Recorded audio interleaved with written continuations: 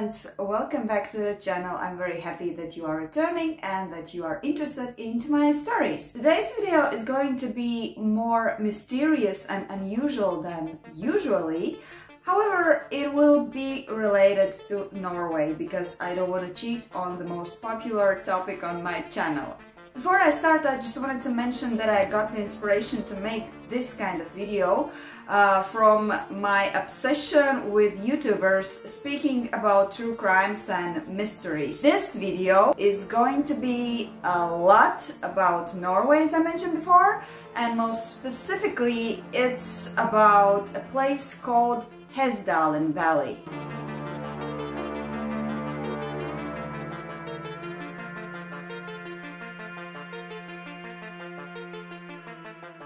So, Hessdalen lights is a phenomenon of unknown source that appears on different times on a certain place in Norway called Hessdalen Valley. And these light splashes can be very quick. These can be lasting also for a longer period, and also they can be just standing on one place. And nobody actually knows from where it comes, what is the source of it, and what is the real meaning behind of these Hessdalen lights. People have so many theories about this phenomena, and I think you most probably have already guessed some of them, because I guess one of the most popular and mostly spoken about theory is that these lights are from some kind of extraterrestrial source.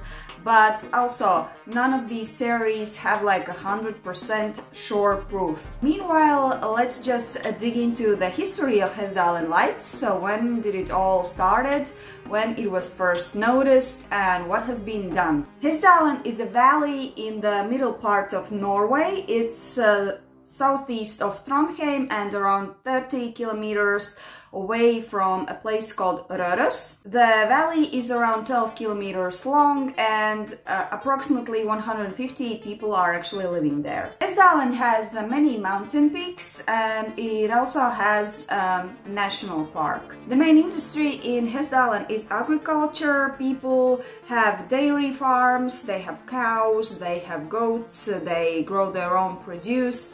And farming actually can be quite challenging in this area, so many people decide to engage in some other professions and commute and work in the closest cities. But when the Hessdalen lights craze struck the world, more and more people started to travel to this place just to see the phenomenon by themselves. And also Hessdalen place is quite popular for mountain cabins and holiday houses, and for Norwegians fjellhytta is a very important part of their lives. Seems like a nice and quiet place with typical Norwegian nature. However, Hessdalen has more to offer, and all of its treasures actually are hidden in the land of Hessdalen Valley. And please bear with me, this is not just like another boring fact about some valley in Norway. The fact that I was mentioning about the treasures in the land of the valley are actually quite crucial, and we will get to that a little bit later when we will be discussing the theories about what causes these Hessdalen lights to appear. The western slope of valley contains minerals, mostly iron and zinc, but the eastern part, its rocks, are containing copper, and this is why Hessdalen was a very important mining spot. At the end of 1981 up to 1984, the inhabitants of Valley became concerned about the strange, unexplained lights appearing in the sky above Hessdalen. Sometimes these light balls were standing on one place for a while, sometimes they just appeared and disappeared, sometimes they were floating around, and sometimes they developed an amazing speed. And once it was measured that this light was exceeding like for 8 or 9 times the speed of the fastest airplane in the world. The lights appeared in different shapes, and it was captured by photos. They could have like a bullet shape with a sharp end.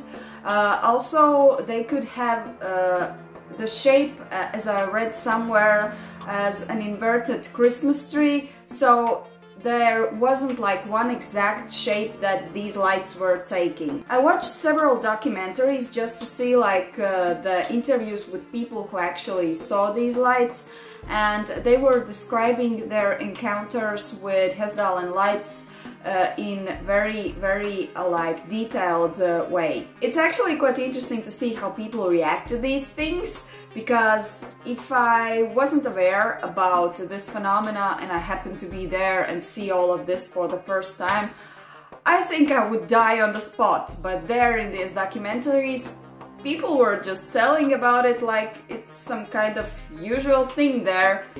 I believe it was in 1984. We were playing in the barn here, and we feel there is something over us. We looked up and there's this twinkling light. It was bluish-green color and it hovers over us for maybe 4 seconds. It seemed like forever. Then all of a sudden it takes off. I did not feel frightened. I figured I was lucky to have seen it so close. We had seen it before, but that was from far away, and after a while it became so common that it wasn't much fun anymore. That day we were about 30 or 40 people, and all of a sudden this light emerged from the clouds. It halted in front of us before it drifted away. We could see all this clearly, and a bit further down another light was waiting for it. At that moment all my theories of this being airplanes, meteorites or a lightning ball fell apart. These things did not make a sound.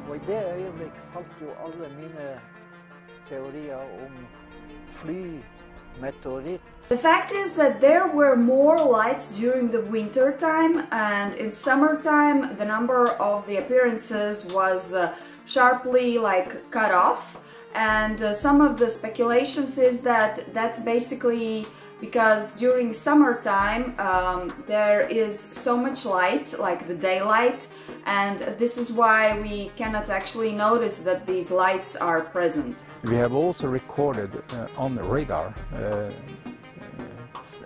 something moving without being seen by a light, so it's invisible, but it's a strong recording on the radar, so it's actually there is something. So what is it? Is it like a natural, some kind of thing happening there, or maybe it's extraterrestrial?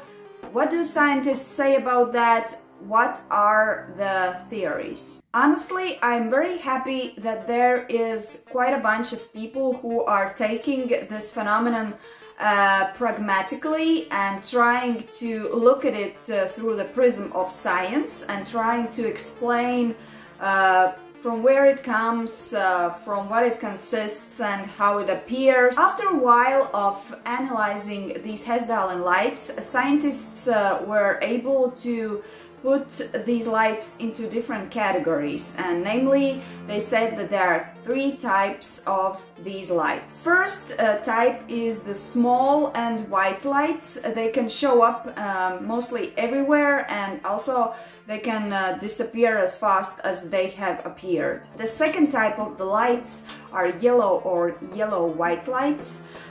These were witnessed mainly above the treetops, house roofs, and sometimes even lower.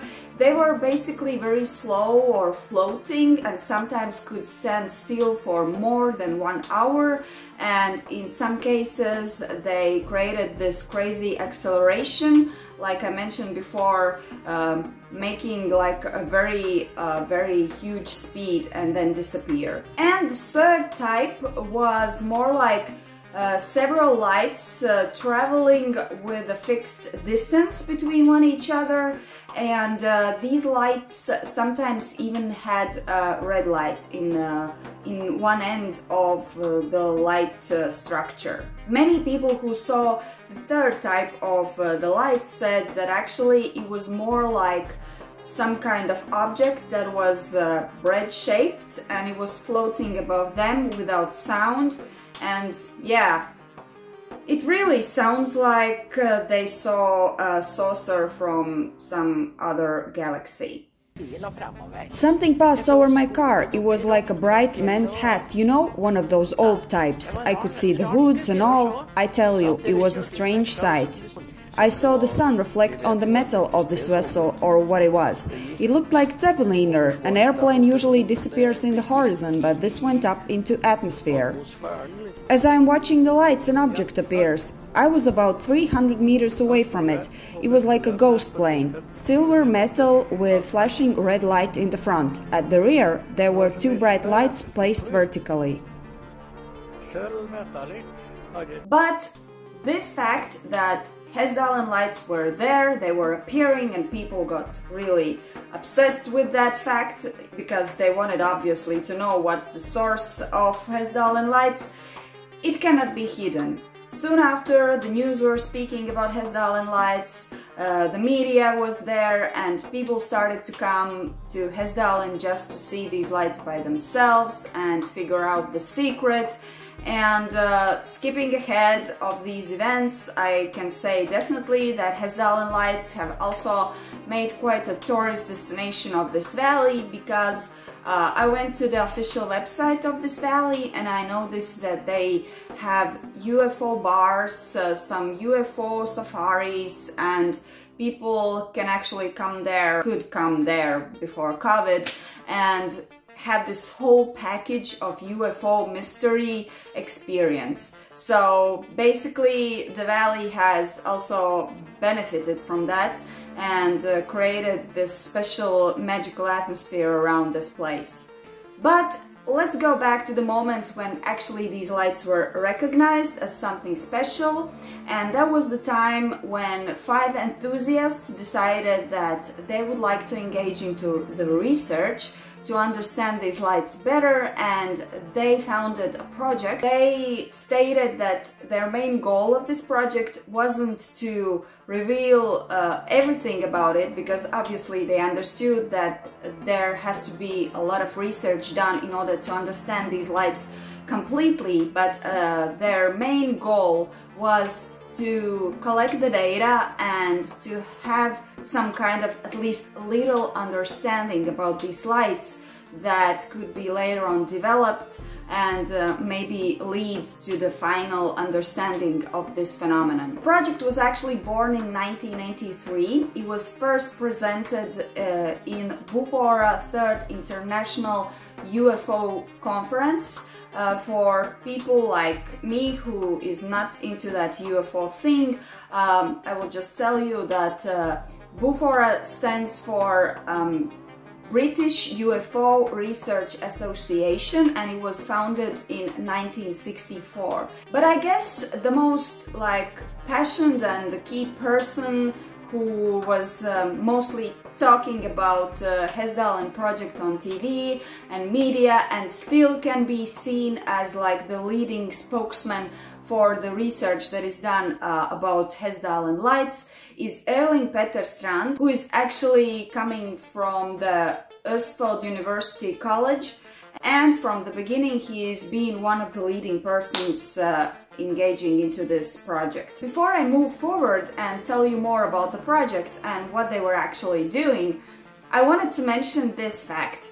Hessdalen lights attracted Dr. Joseph Allen Hayek, and he actually came to Hessdalen to see these lights by himself. For those who don't know who is Dr. J. Allen Hayek, here it is. So he is an American astronomer, professor, and ufologist. He is best known for his extensive and dedicated work that he has done for the UFO research. Hayek acted as scientific advisor for UFO studies that was undertaken by the US Air Force in 2 projects. Namely, one project was called Project Sign and the second one was called Project Blue Book.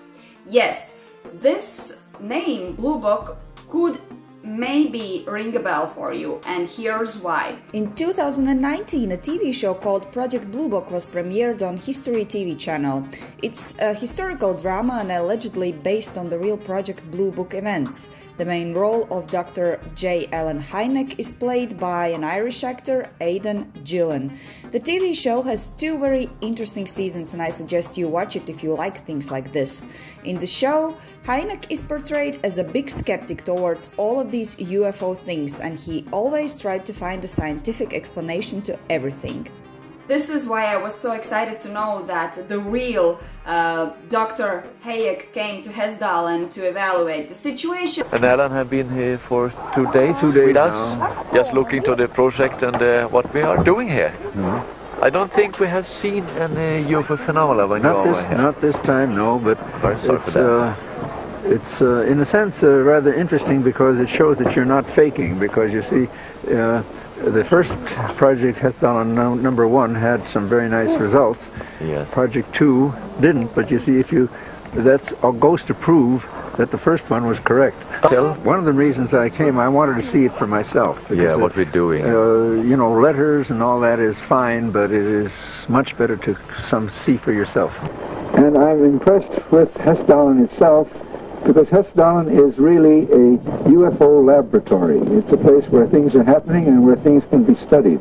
And I will look forward very much to hearing everything that happens here, and I want you to keep in close touch with me in the States. This could be whether it is something paranormal or from out of space, or whether it is a natural phenomenon, whatever it turns out to be, it's terribly important. Now back to the Hessdalen project. During the first part of January 1984, an information bulletin explaining about the project, together with a simple report form, were sent out to 3,300 households in the district.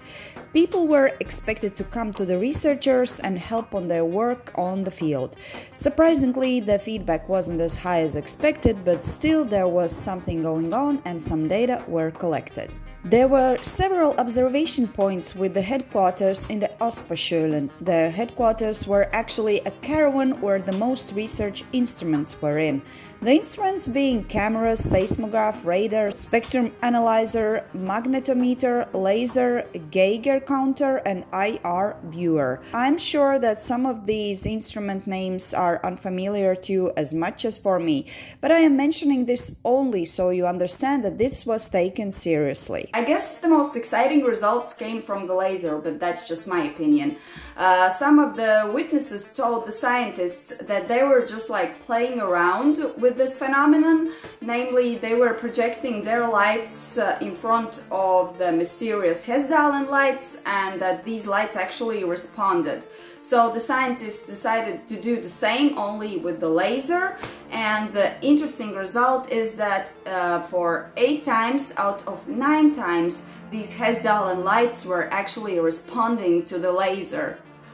Wow, this is so exciting, and actually, in my opinion, it could show that the source of these Hessdalen lights have an intellect. When we pointed the laser beam to it, it changed the flashing frequency. It doubled the flashing frequency. And we take it down again, and it went back to regular flashing. The observational project lasted for 36 days, and they collected a lot of data, photos, and it was later on used for further research. Since that moment, when the Hessdalen project 1984 was finished, many students, enthusiasts, student groups, researchers were coming to this place just to help to develop this research further, and one of the persons who was also very engaged in this project was Italian astrophysicist Massimo Teodorani. Well, the Hessdalen phenomenon is just intriguing physical phenomenon, which I knew since 1992, which was the day in which I contacted Professor Erlingstrand.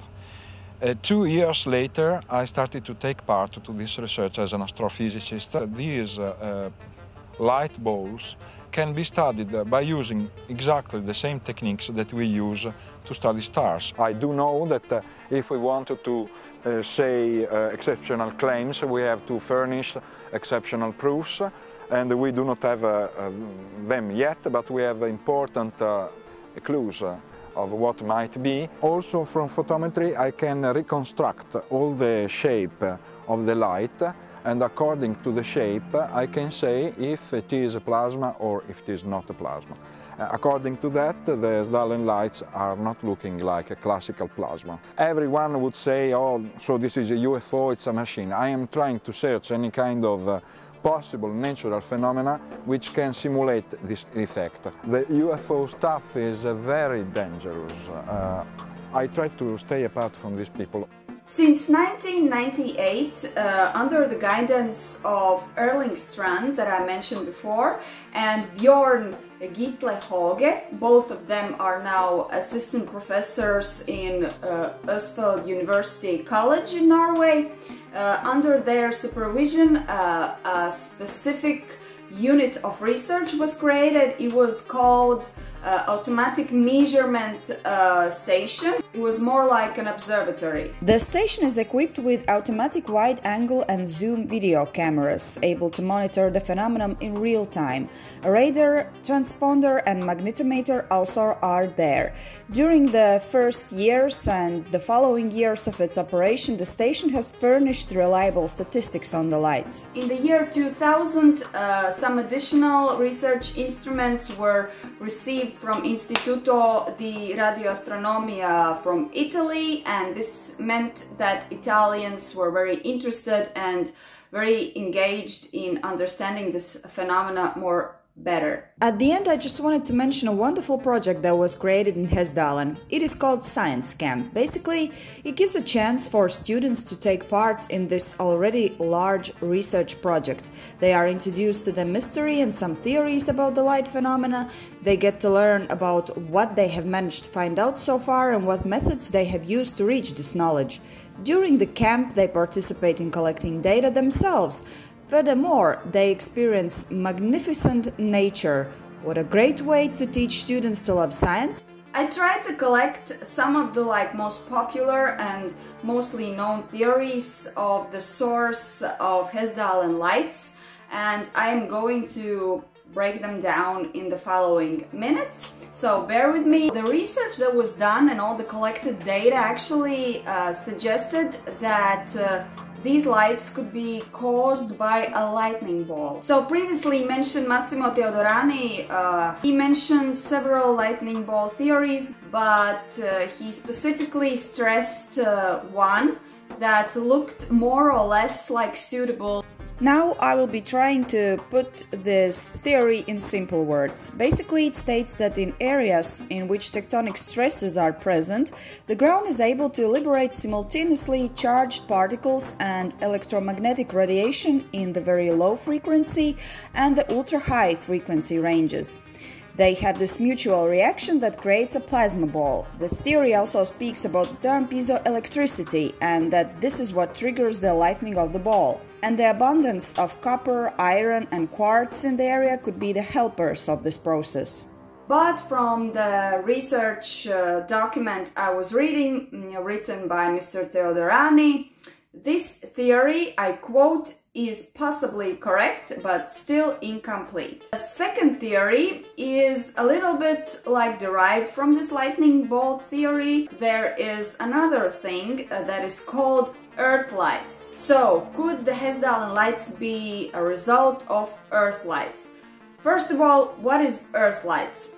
Earth lights are also a very mysterious light phenomenon, and for quite a long time these lights were considered as clearly UFOs, dragons or some other mystic powers coming to the world, but later on scientists started to research it and they kind of understood that it's like a separate category that is quite similar to lightning bolt. Earth lights are actually quite an interesting topic for research. I couldn't find quite many data related to these phenomenal lights, but yeah, throughout the history people were considering them as fairies. In some continents they were devils. So as you can see, the beginning is actually quite similar to that of Hessdalen lights. because people didn't know the source, they didn't know from where it is coming, so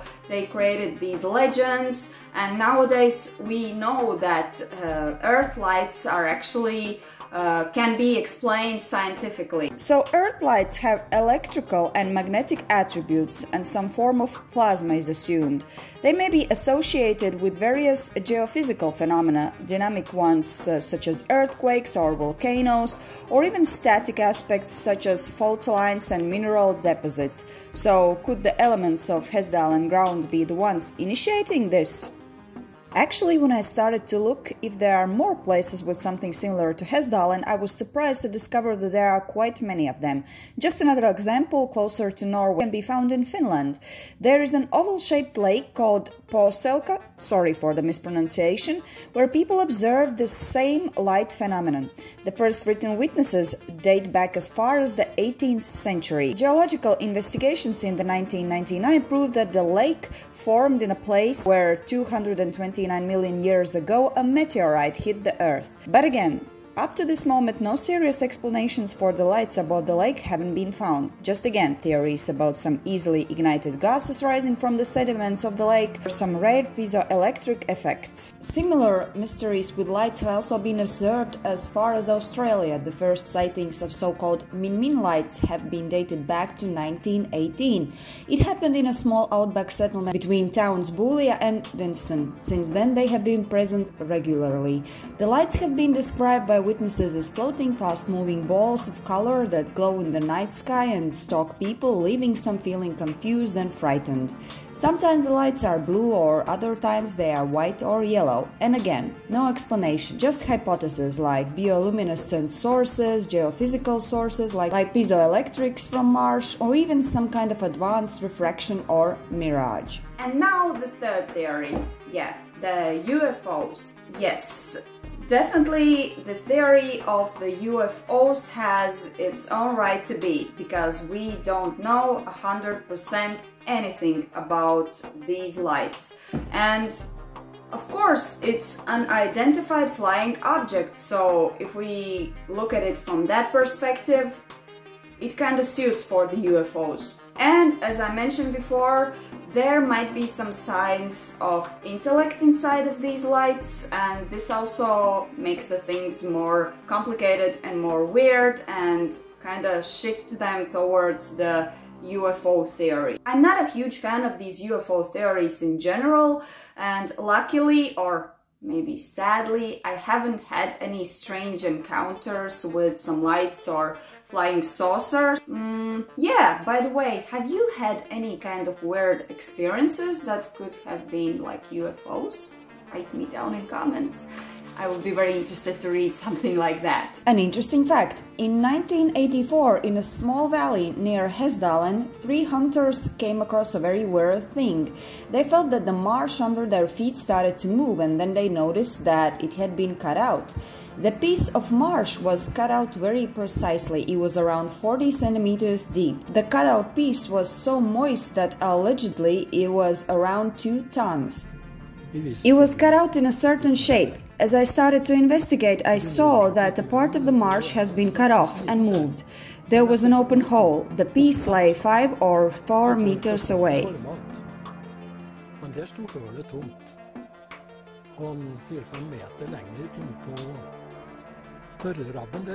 There were no signs of people or machines that could have done that. Later it was discovered that 2 years earlier similar things were found further north in Norway in a place called Andøya.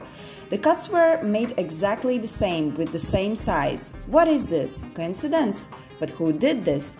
Is someone from above collecting material from our planet? Well, I did not find any source saying that this has been researched in relation to lights. Why? Food for thought. And the fourth theory I wanted to discuss, it was initiated by the Bjørn Gitle Hauge, who is also a part of Hessdalen project, the first project I was telling you about. And the fuss started at around 2014, when he published the idea that the whole Hessdalen Valley, the territory where the lights were mostly spotted, is serving as a huge natural battery. And he suggested that the reason for that is the sulfur sources that could be found in the valley. Every time it rains, the mine shafts are filled with water, so it's pouring out sulfur into the river of Hesja almost every day. It's just like a normal battery. Sulfur makes acid in the river, the mountainsides to the west are zinc and the mountainsides to the east are copper. And just like an old battery, that causes charges in the air, he said. Italian engineer, his name was Jader Monari. I'm sorry if I'm mispronouncing the name. He was the leading proponent of this natural battery theory. In 2000 he came to the valley actually to try an experiment and try out this natural battery in real life. According to the hypothesis of the Italian engineer Jader Monari, the chemical reactions between the battery poles and the electrolyte, which is the river, cause sulfur gas to bubble up from the river, forming electrically charged clouds in the contact with the humidity in the air. However, a Norwegian scientist, Bjorn Samset, told a Norwegian science website, it was called forskning.no, that he does not believe this battery theory, and he said that although this might be true and this might work, it do not explain the phenomenon of Hessdalen light. Electrically charged gases, also called plasma, usually have temperatures of many thousands of degrees.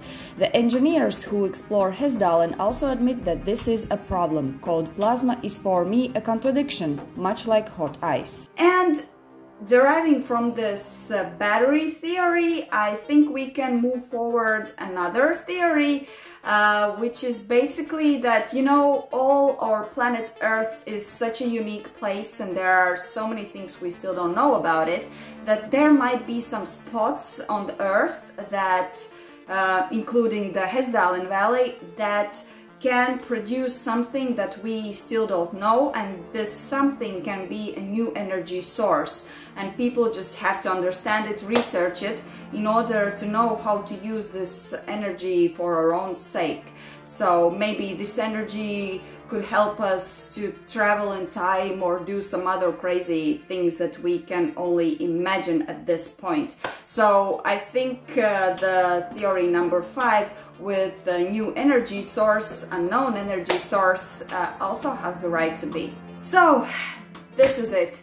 I guess I ran through all of this Hessdalen phenomenon quite quickly, and I tried to put all of this in simple words so that you can understand the basic things. If you want to research it a little bit deeper, here's an idea. Just to go ahead, start reading and start watching like scientific videos.